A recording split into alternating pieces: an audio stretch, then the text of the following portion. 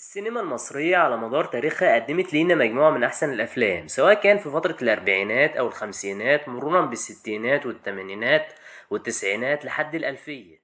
في فترة الأربعينات يوسف وهبي كان هو النجم الأول في السينما المصرية، وصناعة السينما كانت كلها قايمة عليه.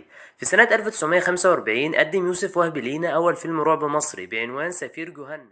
الفيلم قصته مأخوذة من قصة فاوست للشاعر جوتا، والفيلم كان من تأليف وإخراج يوسف وهبي اللي عمل معالجة مصرية ممتازة للقصة الأجنبية، وعرف يمصر أحداث الرواية بحيث إنها تكون مناسبة للمجتمع العربي. قصة فيلمنا بتحكي عن عبد الخلاق الأستاذ البسيط اللي صعوبة الحياة بتجبره يتحول من شخص عادي لواحد على طول بيشتكي من فقره وقلة حيلته، وعشان ضعف إيمان عبد الخلاق الشيطان بيتمكن منه وبيقرب له عشان يغويه بجنته. بأداء احترافي ومتمكن قدر يوسف وهبي انه يقدم شخصية الشيطان في أفضل صورة عشان يكون واحد من أحسن الفنانين اللي مثلوا شخصية الشيطان في تاريخ السينما المصرية. من الفنانين دول محمود المليجي. في سنة 1955 اتعرض فيلم موعد مع إبليس لمحمود المليجي وزكي رستم. قصة الفيلم بتحكي عن دكتور بيعيش في مدينة القاهرة، ولكنه بيحيا حياة صعبة وما بيكونش راضي عن حياته. في يوم من الأيام بيقابل بطلنا الشيطان وبيقرر إنه يعقد معاه صفقة. في المقابل هيساعده الشيطان يعرف الأمراض اللي الناس بيعانوا منها، وبعد كده الدكتور حياته المادية بتتحسن وبتتوالى الأحداث. يمكن الفيلم اقتبس نفس فكرة سفير جهنم والصراع الدايم ما بين الشيطان والإنسان، إلا إنه كان أكثر سوداوية منه. في فترة الخمسينات السينما المصرية قدمت مجموعة من الأفلام الرومانسية. قصص الحب في الفترة دي كانت الأفلام الرومانسية هي اللي بتستقطب الجمهور لدور العرض السينمائي، وكان رائد الرومانسية وقتها عبد الحليم حافظ، اللي نقدر نقول إنه كان مناسب جدا لأدوار الرومانسية. في سنة 1957 قدم عبد الحليم حافظ واحد من أروع أفلامه، فيلم الوسادة الخالية. الفيلم مأخوذ عن رواية إحسان عبد القدوس، والسيناريو والحوار كان للسيد بدير، والفيلم من إخراج صلاح سيف. قصة الوسادة الخالية نقدر نقول عليها إنها من أحسن قصص الحب اللي اتقدمت في تاريخ السينما المصرية. قصة فيلمنا بتحكي عن صلاح اللي بيدرس في كلية التجارة. في فترة الدراسة بيتعرف صلاح على سميحة وبتنشأ بينهم قصة حب كبيرة، ولكن بيتقدم لسميحة الدكتور فؤاد، وبعد ضغط من أهلها بتوافق سميحة إنها تتجوز فؤاد. وهنا صلاح بيتحطم وبيقرر إنه ينتقم من سميحة. بعدها صلاح بينجح في الشغل وبيتجوز بنت صاحب الشركة درية، لكن مع كل النجاح اللي حققه صلاح بتفضل عقدة الحب الأول في طريقه، وبيفضل صلاح يشوف صورة سميحة على الوسادة الخالية، وبتتوالى أحداث الفيلم. في سنة 1959 قدم عبد الحليم حافظ فيلم حكاية حب، الفيلم اللي كان من تأليف علي الزرقاني والإخراج لعلي رحيم، وشارك حليم في البطولة النجمة الجميلة مريم فخر الدين. قصة الفيلم بتحكي عن أحمد سامي اللي بيشتغل مدرس موسيقى. أحمد جواه حلم إنه يكون مطرب مشهور، وفي مرة في حفلة بيتعرف أحمد على نادية البنت الرقيقة اللي بتعجب بصوته، ومع الوقت بتنشأ بينهم قصة حب كبيرة، وبيصاب أحمد بمرض خطير عشان كده بيبعد نادية عنه، وبتتوالى أحداث الفيلم. مريم فخر الدين شكلت ثنائية قوية مع عبد الحليم، وقدم عبد الحليم حافظ في الفيلم أشهر أغانيه لو شفتم عينيه. في وسط موجة الأفلام الرومانسية اللي اتملت بيها فترة الخمسينات، في سنة 1955 اتعرض فيلم أيامنا الحلوة لفاتن حمامة وعمر الشريف. الفيلم كمان شهد أول ظهور لأحمد رمزي وعبد الحليم حافظ في مجال التمثيل. قصة الفيلم بتحكي عن بنت فقيرة بتسكن على السطوح جنب 3 شباب فقراء. مع الوقت ال3 بيقعوا في حبها، ومع مرور أحداث الفيلم بيكتشفوا إنها مصابة بمرض خطير، فال3 بيجمعوا فلوس عشان يعملوا ليها العملية. شفنا في الفيلم ده دويتو قوي ما بين عمر الشريف وفاتن حمامة، وكمان نقدر نقول إن عبد الحليم حافظ وأحمد رمزي كانوا موفقين في أولى تجاربهم في التمثيل. الفيلم كمان كان فيه لمحة كوميدية خفيفة شفناها في دور زينات صدقي. يمكن أكبر عيب في الفيلم ده هو نهايته الحزينة اللي أنا شايف إنها ما كانش ليها أي لازمة. في سنة 1981 اتقدمت نسخة جديدة من الفيلم بعنوان وداعا للعذاب. شارك في بطولة الفيلم نجلاء فتحي وحسين فهمي ومحمود عبد العزيز. النهاية في وداعا للعذاب سعيدة ومختلفة عن نهاية أيامنا الحلوة، ولكن مع ذلك الفيلم محققش نفس نجاح أيامنا الحلوة. في سنة 1960 اتعرض فيلم إشاعة حب، الفيلم من بطولة عمر الشريف وسعاد حسني ويوسف وهبي. الفيلم بينتمي لنوعية الأفلام الكوميدية الرومانسية. قصة الفيلم مقتبسة عن مسرحية حديث المدينة لجون إميرسون. قصة فيلمنا بتحكي عن حسين الشاب الخجول اللي بيحب بنت عمه سميحة، لكن سميحة ما بتديش أي اهتمام لحسين وبتحط كل اهتمامها على ابن خالتها لوسي. وهنا بيتدخل عم حسين وبيبدأ يغير في شخصية ابن أخوه، ومن هنا بتجيله فكرة جهنمية يجذب بيها قلب بنته لحسين، فبيطلع إشاعة حب على حسين إنه على علاقة بالممثلة الشهيرة هند رستم، وبتتوالى الأحداث. في سنة 1966 اتعرض فيلم عدو المرأة. الفيلم من بطولة رشدي أباظة ونادية لطفي. الفيلم بينتوي لنوعية الأفلام الكوميدية الرومانسية اللي كانت بتستقطب الجمهور في الوقت ده. قصة فيلمنا بتحكي عن الدكتور عيسى الأيوبي الملقب بعدو المرأة. دكتور عيسى شايف إن المرأة حشرة وما تستحقش الحب. وجهة نظر عيسى عن المرأة بتستفز نادية لطفي اللي بتقرر إنها تقرب منه عشان تعرف سبب كراهيته للمرأة، ومن هنا بتتوالى أحداث الفيلم. انت مناخير الارض. محسن، ممكن تخرج نفسك من الموضوع ده؟ عن اذنك يا طنط، هطلع انام. في نفس السنة قدم رشدي أباظة مع سعاد حسني فيلم صغيرة على الحب. الفيلم من تأليف الكاتب الكبير أبو السعود الإبياري والإخراج لنيازي مصطفى. قصة الفيلم مقتبسة من مسرحية إيدلف جونسون. يعتبر الفيلم ده من أحسن أفلام سعاد حسني وأقوى أدوارها اللي من خلاله شفنا قدرتها الكبيرة في التمثيل، وإنها تقدر تجسد شخصيتين مختلفتين في فيلم واحد. قصة فيلمنا بتحكي عن بنت مغرمة بالتمثيل، وعشان تحقق حلمها في دخول المجال بتروح لمسابقة التمثيل اللي عاملها التلفزيون. لكن المشكلة هنا انهم بيكونوا طالبين بنت صغيرة عندها 13 سنة هي اللي تجسد الدور، فبتضطر بطلنا انها تتنكر في شكل بنت صغيرة وبتروح المسابقة، وفعلا بتنجح في تجارب الأداء وبتاخد الدور، وبتتوالى أحداث الفيلم. فترة الستينات الأفلام القديمة كانت بتضم عدد كبير من نجوم الصف الأول، وده اللي شفناه في أفلام زي المغامرون الثلاثة والأصدقاء الثلاثة والشياطين الثلاثة وشياطين البحر والشياطين في أجازة. تمر السنين ونوصل لسنة 1967 في أواخر الستينات وبعد النكسة. السينما المصرية كانت بتعيش حالة من الحضور الفني. نقدر نقول إن دي كانت أسوأ فترات السينما المصرية. في الوقت ده الممثلين المصريين كانوا بيروحوا يعملوا أفلام في السينما اللبنانية، وكانت معظم الافلام دي بيغلب عليها عنصر العري ومشاهد الاغراء، وده اللي شفناه في فيلم ذئاب لا تاكل اللحم. الفيلم اللي عمرك ما هتشوفه على التلفزيون بسبب مشاهد العري الموجوده فيه. تنتهي فترة الستينات ويبدأ نجوم الجيل الجديد رشدي أباظة وعمر الشريف وأحمد مظهر وحسن يوسف نجوميتهم تبتدي في الفترة دي تقل، ومع الوقت بيزداد نجم محمود ياسين اللي كانت أول مشاركة ليه في فيلم شيء من الخوف بدور صغير. يمكن ما يكونش حد خد باله إن محمود ياسين كان مشارك في الفيلم ده. بسرعه كده يا سيده. اسمتي. بعد كده محمود ياسين بياخد دور البطولة وبيقف قدام شادية في فيلم نحن لا نزرع الشوق. نقدر نقول إن ده كان أول فيلم في سلسلة الأفلام الرومانسية الخاصة بمحمود ياسين اللي قدمها بعد كده مع نجلاء فتحي. نحن لا نزرع الشوق حقق نجاح كبير في الوقت ده، وقدرت رواية يوسف السباعي إنها تأثر الجمهور في السينما.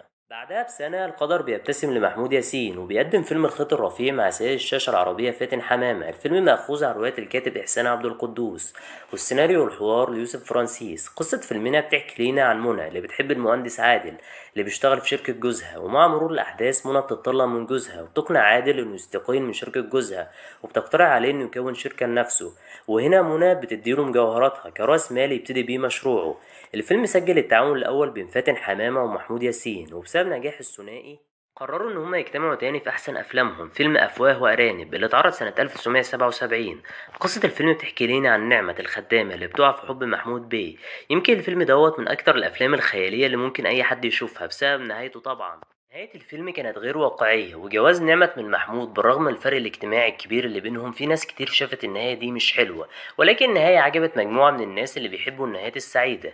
في نفس الوقت اللي زاد فيه نجم محمود ياسين، حسين فهمي هو كمان نجمه عالي، وكمان نقدر نقول ان الاتنين دول كانوا اكتر نجمين صناعة السينما قايمة عليهم في فترة السبعينات. حسين فهمي من الممثلين القليلين اللي بدأ مشواره السينمائي كبطل، وده اللي شفناه في فيلم دلال المصرية، وده يمكن بسبب وسامة حسين فهمي الطاغية. وكان حسين فهمي محظوظ جدا بتعاونه مع سعاد حسني في فيلم خلي بالك من زوزو، ووقتها حسين فهمي اتشهر بالواد التقيل زي ما قالت عليه سعاد حسني. يمكن الفيلم ما كانتش قصته واو، ولكنه نجح بسبب سعاد حسني اللي كانت نجوميتها طاغية في الوقت ده، وكانت هي أعلى أجر بين فنانات جيلها. واتكلمنا عن افضل افلام حسين فهمي من وجهة نظري، فاكيد هقولك فيلم اجمل ايام حياتي. الفيلم انتج سنة 1974 والبطولة كانت لنجلاء فتحي وحسين فهمي. قصة الفيلم مأخوذة عن الفيلم الامريكي It Happened One Night اللي اتعرض سنة 1934. قصة فيلمنا بتحكي عن بنت غنية أبوها مدلعها بيرفض يجوزها لشاب بتحبه، وبيكون الحل الوحيد ليها إنها تهرب للبنان عن طريق البحر، وعشان تعمل كده بتتنكر في صورة شاب، وفي نفس الوقت بتتعرف صدفة على سمير، ومع الوقت بتنشأ صداقة قوية بين الاتنين. ما اعرفش حاجات كتير، أنا مش صغير، أنا خلاص قررت أعتمد على نفسي زيك، بس انا عارف انا عايز ايه. وأنا عارف أنا عايز إيه. شغلانتك دي مش عاجباني. وأول لما سمير بيعرف إن حميدو بنت مشاعره بتتحول لحب، ومن هنا بتتوالى الأحداث.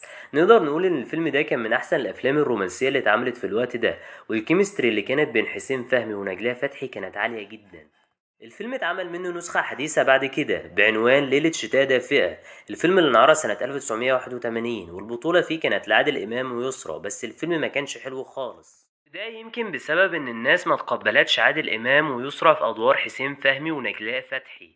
بعد حرب 73 السينما المصرية قدمت مجموعة من أهم الأفلام اللي تناولت بطولات الجيش المصري، وكان نجم الأفلام دي بلا منازع محمود ياسين، اللي له رصيد كبير في الأفلام الحربية. في الفترة دي محمود ياسين قدم مجموعة أفلام بيرصد فيها قصص الجند المصري وبطولاته. يمكن أكتر فيلم كان قوي فيهم فيلم الرصاصة لا تزال في جيبي. في ذكرى حرب أكتوبر على طول هتلاقي القنوات بتعرض الفيلم ده. الفيلم أنتج سنة 1974، يعني بعد الحرب بسنة. قصة الفيلم بتحكي لينا عن فترة ما بعد النكسة والأوضاع السيئة اللي مصر كانت بتمر بيها بعد حرب 67، لحد ما بيجي يوم 6 أكتوبر وبتحقق النصر على إيد أبطال جيوشنا المصرية. من ضمن جماليات الفيلم مشهد المعركة الأخير بين مصر وإسرائيل، يمكن ده أفضل مشهد حربي في تاريخ السينما المصرية. كمان شفنا في الفيلم سرد اجتماعي لقصة البطل مع بنت عمه، وبنعرف أكتر عن سر الرصاصة اللي شايلها محمود في جيبه، ومنها جه اسم الفيلم الرصاصة لا تزال في جيبي. في سنة 1978 اجتمع أهم نجمين في فترة السبعينات، حسين فهمي ومحمود ياسين، في بطولة فيلم انتبهوا أيها السادة. قصة الفيلم بتحكي لنا عن الدكتور جلال اللي بيدور على شقة مع خطيبته عايدة، وبيتفاجئ جلال بالزبال عنتر اللي بيمتلك مجموعة من العمارات من خلال شغله في الزبالة. في نفس الوقت عنتر بيعجب بخطيبة جلال وبيبتدي يتودد ليها، ومن هنا بتتوالى الأحداث. وبنشوف الصراع بين رجل العلم جلال ورجل الجهل عنتر. في الفيلم ده شفنا محمود ياسين بصورة مختلفة تماما عن الأفلام الرومانسية اللي قدمها مع نجلاء فتحي. شخصية الزبال كانت لايقة عليه جدا، وكمان محمود ياسين قدر يتقن الشخصية بشكل حلو. تمر السنين على السينما المصرية ونوصل لفترة الثمانينات. في الفترة دي ظهر مجموعة من أهم نجوم الصف الأول زي نور الشريف ومحمود عبد العزيز وأحمد زكي وعادل إمام.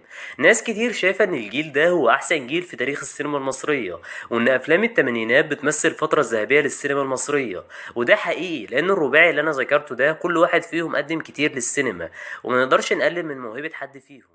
يمكن الأكثر موهبة فيهم أحمد زكي، الفتى الأسمر في فترة الثمانينات قدم مجموعة من الأفلام القوية اللي سابت بصمة في السينما المصرية.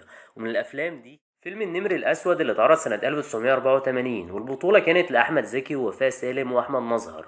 الفيلم ده بصراحة كان فيه كل مقومات الفيلم الناجح، من ممثلين لإخراج لكتابة الموسيقى الأغاني. الفيلم قصته مأخوذة عن قصة حقيقية. قصة الفيلم بتحكي لنا عن محمد حسن المصري اللي بيسافر ألمانيا عشان يشتغل، ولما بيسافر بيكتشف هناك شغفه بالملاكمة، وبيتدرب على ايد كوستا اللي بيشوف فيه موهبة ملاكم قوية. ومن هنا بتبتدي رحلة النمر الأسود في الصعود من القاع للقمة. الفيلم كمان ناقش قضية التمييز بين أصحاب البشرة البيضاء والبشرة السمراء، والاضطهاد والتنمر اللي بيعاني منه الزنوج في الدول الأجنبية. في سنة 1981 قدم أحمد زكي واحد من أحسن أفلامه الرومانسية، أنا لا أكذب ولكني أتجمل، وشاركته البطولة آثار الحكيم. قصة الفيلم مأخوذة عن رواية الكاتب الكبير إحسان عبد القدوس. قصة الفيلم تحكي لنا عن الطالب إبراهيم، الطالب الجامعي اللي بيدرس في كلية، وفي فترة دراسته بيغرم إبراهيم بزميلته خيرية. وهنا المستفز في شخصية البطل إنه بيكذب على أصحابه، بيكون مفهمهم إن هو من عيلة كبيرة، لكن الحقيقة إن إبراهيم أبوه تربي وأمه خدامة في البيوت. وأول لما بتعرف خيرية حقيقة إبراهيم بتحاول إنها تتقبله، ولكن في النهاية ما بتقدرش تقاوم حقيقة إبراهيم وبتطلب منه إنهم يبقوا أصدقاء. نهاية الفيلم الحزينة والواقعية كانت مناسبة جدا لقصة إحسان عبد القدوس. انا ما كدبتش وعمري ما كدبت الا اذا اعتبرنا الروج اللي انت بتحطيه ومروحك للكوافير كذب. روج ايه وكوافير ايه؟ في سنة 1986 قدم أحمد زكي فيلم الحب فوق هضبة الهرم، وشاركته البطولة الفنانة آثار الحكيم.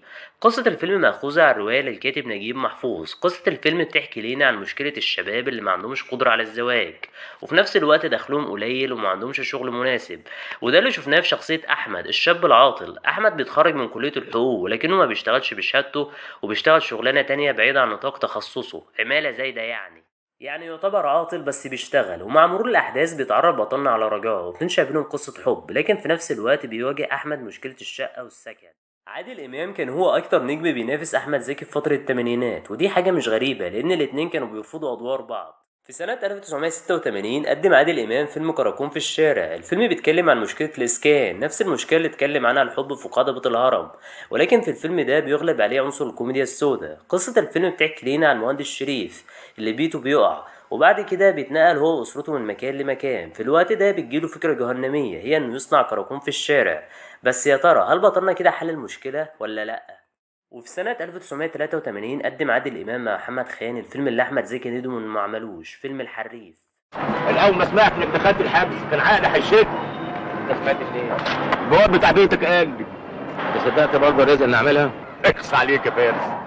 بالرغم ان الحريف محققش نجاح في السينما، ووقتها شادر السمك لاحمد زكي حقق نجاح قوي في السينما، الا ان احمد زكي ندم كبير جدا على الدور ده. يمكن الدور كان مناسب اكتر لاحمد زكي، واعتقد ان احمد زكي لو كان عمل الدور كان هيعمله بشكل حلو، لكن كاريزما عادل امام كانت طاغيه في الفيلم. ونقدر نقول ان الحريف كان واحد من احسن الافلام اللي قدمها عادل امام على شاشة السينما. يمكن الفيلم بعدها سبب ازمة نفسية لعادل امام وقرر انه ما يشتغلش تاني مع محمد خان، لكن الفيلم نجح بعد كده. في فترة الثمانينات والتسعينات عادل إمام كان هو أهم نجم في شباك التذاكر، وكان أكتر ممثل الناس بتدخله سينما. في الفترة دي كان هو أعلى أجر. لو اتكلمنا عن أحسن الأفلام الكوميدية في فترة الثمانينات هنلاقيها كلها أفلام لعادل إمام. في سنة 1982 قدم عادل إمام فيلم عصابة حمادة وتوتو، شاركته في البطولة لبلبة، والإخراج كان لمحمد عبد العزيز. قصة الفيلم مقتبسة من الفيلم الأمريكي فان ويز ديك أند جان اللي اتعرض سنة 1977. قصة فيلمنا بتحكي عن مهندس بيشتغل في الشركة، بيستغله مدير الشركة وبيسرق مشروعه، ومن هنا بطلنا بيبتدي هو ومراته يفكروا في السرقة وإزاي يبقوا أغنياء، وبتتوالى الأحداث. بتقول كده يا بلعتي؟ انا اللي بلاعه ولا انتوا؟ الشنطه دي فيها ادوات التجميل مش كده؟ طول عمرك برغم نجاح عادل إمام في الأفلام الكوميدية إلا إنه كان كاره تصنيفه ككوميديان. ذكاء عادل إمام الفني خلاه يدرك إن الكوميديا عمرها قصير. أنت ممكن تضحك الناس النهاردة لكن بكرة مش هتعرف تضحكهم. ولو طبقنا النظرية دي على نجوم الجيل الحالي من الكوميديا زي هنيدي وهاني رمزي وحلمي ومحمد سعد هنلاقيهم كلهم عادوا بيكرروا نفسهم. وعشان عادل إمام ما يحصرش نفسه في الأدوار الكوميدية قرر إنه ينوع في أدواره ويعمل أفلام تراجيدية وكمان أكشن. في سنة 1984 قدم عادل إمام واحد من أقوى أدواره التراجيدية في فيلم حتى لا يطير الدخان. الفيلم من إخراج أحمد يحيى، وقصة الفيلم مأخوذة عن رواية الكاتب إحسان عبد القدوس. قصة فيلمنا بتحكي عن فهمي عبد الحميد، الطالب الجامعي اللي بيدرس في كلية الحقوق. فهمي بيتعرض لأزمة علاج والدته، وأول لما بيروح يطلب من أصحابه فلوس كلهم بيرفضوا يسلفوه، ومن هنا بطلنا شخصيته بتتغير تماما وبيقرر انه يمشي في طريق مظلم يخلصه من الفقر وينتقم من اصحابه. قوة اداء عادل امام في الفيلم ده خلته يترشح لجائزة احسن ممثل في مهرجان قرطاج الدولي.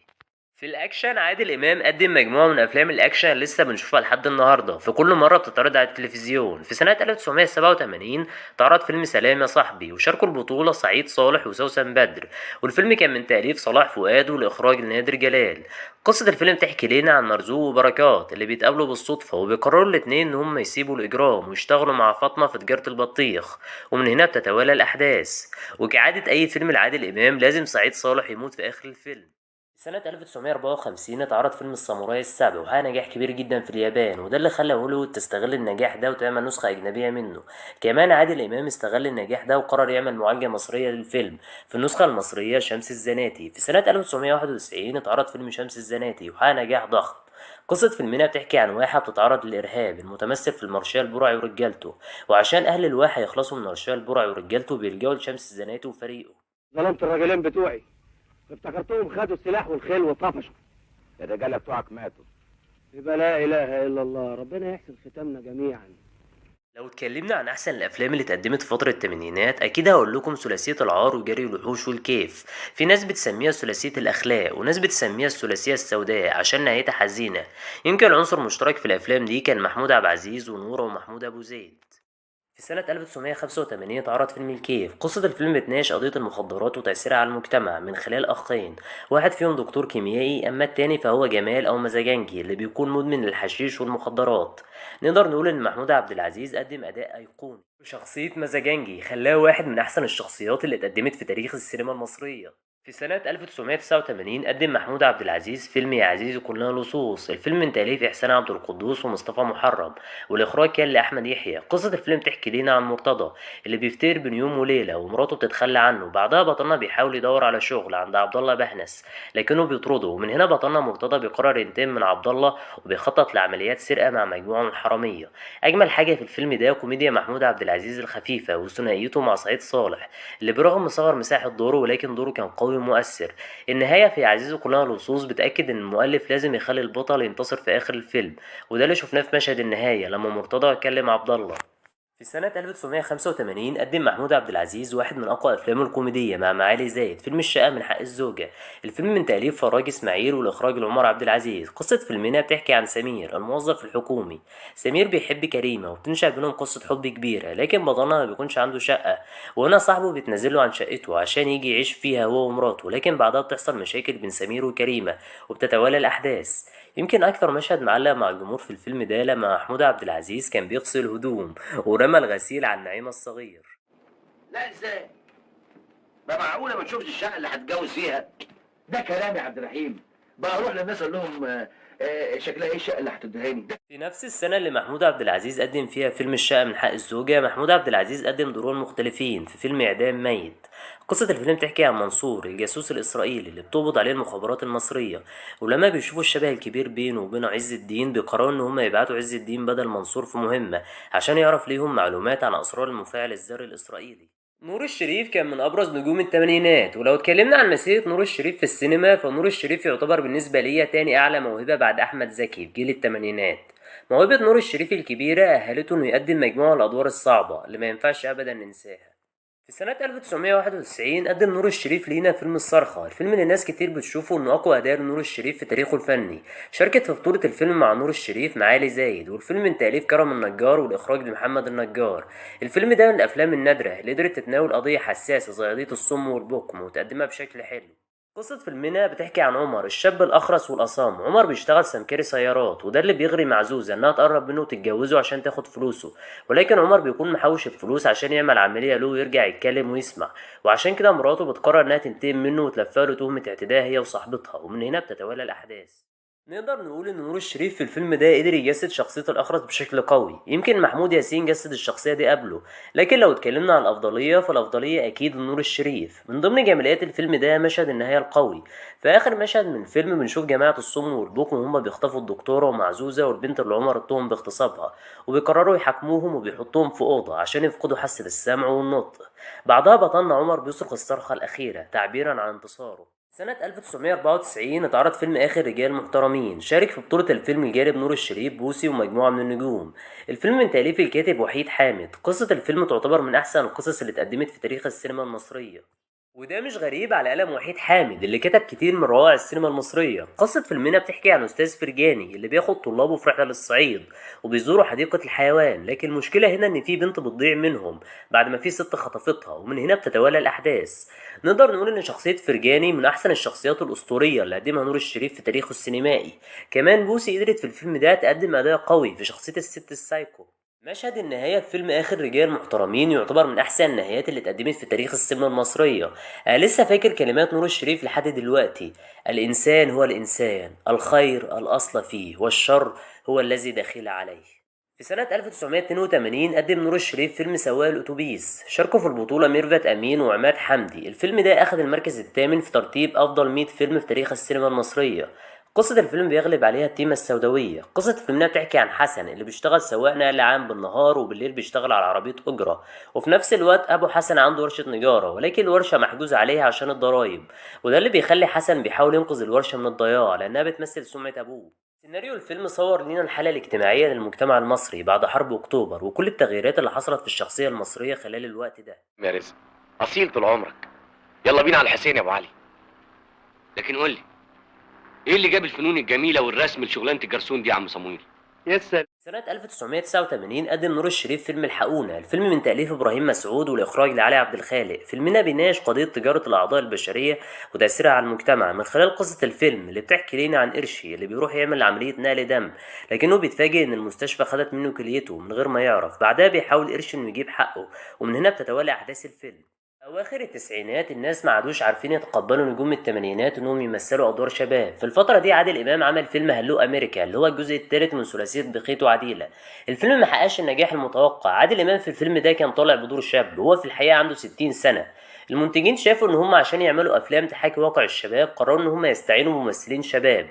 نقدر نقول إن حكاية التغيير في السينما المصرية وظهور جيل جديد من الفنانين غير الجيل القديم بدأت مع الفيلم اللي كنا بنحبه، فيلم اسماعيلية رايح جاي اللي اتعرض سنة 1997.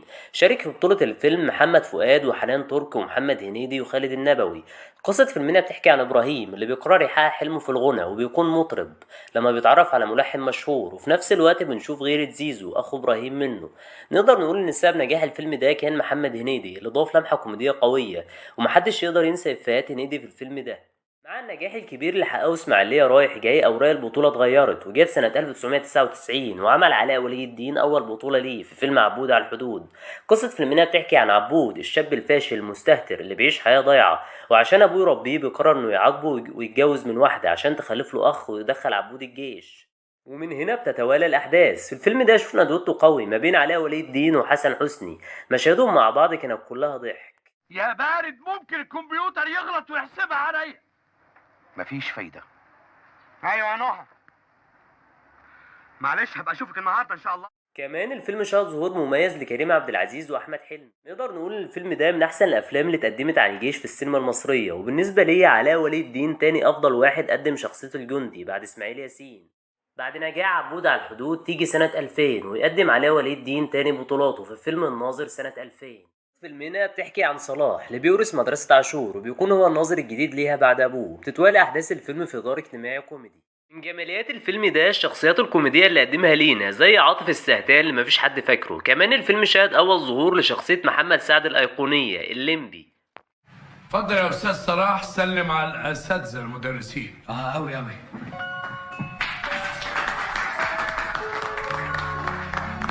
مع تألق علاء ولي الدين في فيلم الناظر، هنيدي خد البطولة في فيلم صعيدي في الجامعة الأمريكية. في ناس كتير بتعتبر صعيدي في الجامعة الأمريكية أحسن فيلم كوميدي في تاريخ السينما المصرية، وده حقيقي لأن الفيلم فرش لجيل كامل من الممثلين بداية من هنيدي والسقا وطارق لطفي وهاني رمزي وغادة عادل. ومع نجاح صعيدي في الجامعة الأمريكية كمل محمد هنيدي في البطولة المطلقة، وفي سنة 2001 عمل فيلم جاءنا البيان التالي. الفيلم من إخراج سعيد حامد ومن تأليف الكاتب محمد أمين، وشارك هنيدي في بطولة الفيلم حنان ترك ومجموعة من النجوم. قصة الفيلم بتحكي لنا عن نادر الشاب اللي عايز يكون مذيع. نادر بيروح اختبار المذيعين اللي عاملاه قناة فضائية، لكنه بيتفاجئ إن القناة ما اختارتوش مذيع واختارته مراسل، ومن هنا بتتوالى الأحداث. نقدر نقول إن الفيلم ده كان من أحسن الأفلام اللي هنيدي قدم فيها كوميديا. وبمناسبة الكوميديا، أفلام الكوميديا في الألفية كانت في حالة انتعاش ونشاط كبير على الفترات اللي قبلها. في الفترة دي كان بينافس هنيدي على عرش الكوميديا حلمي وهاني رمزي ومحمد سعد، ويمكن الكوميديا انتعشت بالشكل ده لأن الجمهور في السينما كان اهتماماته رايحة للأفلام الكوميدية أكتر. في سنة 2005 قدم أحمد حلمي فيلم زكي شان. الفيلم من تأليف محمد فضل والإخراج لوائل إحسان. قصة فيلمنا بتحكي عن زكي الشاب المستهتر اللي بيكون مطلع عين أبوه. زكي بيقرر إنه يشتغل شغلانة، ولكنه بيشتغل أكتر شغلانة غير مناسبة له، وبيقرر يكون بودي جارد. تتوالى أحداث الفيلم. في سنة 2003 قدم هاني رمزي أقوى أفلامه فيلم عايز حقي. الفيلم اللي ناس كتير بتصنفه إن أحسن فيلم كوميدي لهاني رمزي. وقت نزول الفيلم ده في السينمات عمل ضجة كبيرة من الجمهور بسبب قصته اللي كانت جديدة وغريبة في الوقت ده. قصة فيلمنا بتحكي عن صابر الطيب الشاب الكحيان الفقير اللي بيشتغل سواق على عربية أجرة. صابر نفسه يتجوز من وفاء لكن ما عندوش شقة، وبيحس صابر إن مشكلته هتتحل لما بالصدفة بيقرا نص الدستور المصري اللي بيوضح إن من حق أي مواطن يبيع نصيبه في المال العام. بعدها بطلنا بيرفع قضية بيطالب بيها بحقه في المال العام، وبتتوالى الأحداث. في سنة 2004 قدم هاني رمزي فيلم غبي منه فيه، وشاركته البطولة نيلي كريم وحسن حسني ومجموعة من النجوم، والفيلم من إخراج رامي إمام ومن تأليف الكاتب أحمد عبد الله. قصة فيلمنا بتحكي عن سلطان الشاب الغبي بزيادة. سلطان بيفشل في كل مهنة بيشتغلها، وفي نفس الوقت سلطان بيحب سامية وبيروح لأبوها عشان يطلب إيديها، لكن أبوها بيطلب منه إنه يجيب شقة ومهر في خلال 30 يوم، وهنا سلطان بيقرر إنه يشتغل مع ضبش في السرقة. ومن هنا بتتوالى الأحداث. الفيلم ده يعتبر من الأفلام الكوميدية اللي بترجعنا لأيام النوستالجيا. شفنا في الفيلم ده شخصية نصة اللي قدمها الراحل طلعت زكريا. نصة هو الصاحب الجدع اللي دايما في ظهر صاحبه ومعاه في أي حاجة. نصة كان دايما جدع مع سلطان وصاحب صاحبه، وأكيد كلنا فاكرين جملة طلعت زكريا الشهيرة وهو بيندى على سلطان: سلطان. شخصية ضبش اللي قدمها حسن حسني رفعت مستوى الكوميديا في الفيلم. اسم الشخصية لوحده إفيه يا جماعة. نقدر نقول إن حسن حسني كان هو تميمة النجاح لكل نجوم الكوميديا اللي ظهروا في الألفية. انت لو شفت كل الأفلام اللي اتعملت في الفترة دي هتلاقي حسن حسني كان جزء منها وكان له نصيب كبير من نجاحها. نهاية الفيلم المفتوحة كانت بتأكد إن في جزء تاني من العمل. ناس ما معاش خالص. انا ما معيش خالص. عارف، مفروض بقى اللي معاهم يدوا اللي ما معاهمش. فاهم؟ وصرح هاني رمزي انهم هيعملوا جزء تاني من الفيلم، بس لحد دلوقتي الموضوع ده مجرد كلام ونعرفش الجزء التاني من غبي منه فيه هيحصل ولا لا. في سنة 2014 قدم كريم عبد العزيز فيلم الفيل الأزرق. الفيلم من تأليف الكاتب أحمد مراد والإخراج لمروان حامد، والبطولة لكريم عبد العزيز ونيلي كريم ومجموعة من النجوم. قصة الفيلم مأخوذة عن رواية الفيل الأزرق لأحمد مراد. قصة فيلمنا بتحكي عن يحيى راشد اللي بنته ومراته بيموتوا في حادثة. يحيى بيرجع لمستشفى 8 غرب وبيلاقي صاحبه شريف الكردي مريض هناك، وهنا يحيى بيتحير وبيعرف أكتر عن حكاية شريف وبيعرف إنه قتل مراته، وبيبتدي يحيى يكشف سر الجريمة عن طريق حباية الفيل الأزرق. الفيلم ده يعتبر من أكتر الأفلام اللي حققت إيرادات في تاريخ السينما المصرية. كمان الفيلم عمل نقلة قوية في أفلام الرعب النفسي اللي ما اتقدمتش قبل كده في السينما المصرية. الفيلم أنتج منه جزء تاني في سنة 2020 وكان هو الأعلى إيرادات في تاريخ السينما، وحاليا بيتحضر له جزء تالت. في سنة 2018 اتعرض فيلم تراب الماس للنجم آسر ياسين. قصة فيلمنا مأخوذة عن رواية تراب الماس للكاتب أحمد مراد. قصة الفيلم بتحكي لنا عن طه حسين الزهار، الدكتور الصيدلي اللي بيعيش مع والده العاجز اللي كان بيشتغل مدرس تاريخ. في يوم من الأيام بطلنا طه بيرجع من شغله عشان يتفاجئ بموت أبوه في ظروف غامضة، وبيبتدي بطلنا طه يحقق في موت أبوه ويكشف الأسرار، ومع الوقت بيلاقي مذكرات أبوه وبيعرف منها إن أبوه كان بيستعمل مادة تراب الماس السامة في قتل الفاسدين، وبتتوالى أحداث الفيلم. فيلم تراب الماس يعتبر من أقوى أفلام الجريمة اللي اتقدمت في تاريخ السينما المصرية اللي كانت مفتقدة للنوع ده من زمان، وأنت بتتفرج على الفيلم ده هتفضل طول الوقت مشدود ليه. كمان الفيلم فيه بلوت تويست حلو. الفيلم حقق إيرادات عالية في شباك التذاكر وكان هو الفيلم الأعلى إيراد في سنة 2018. مستني رأيكم في التعليقات عن الحلقة، وما تنسوش لو عجبكم الفيديو دوسوا لايك واشتركوا في القناة، وياريت كمان تفعلوا زر الإشعارات عشان يوصلكم كل جديد بنقدمه.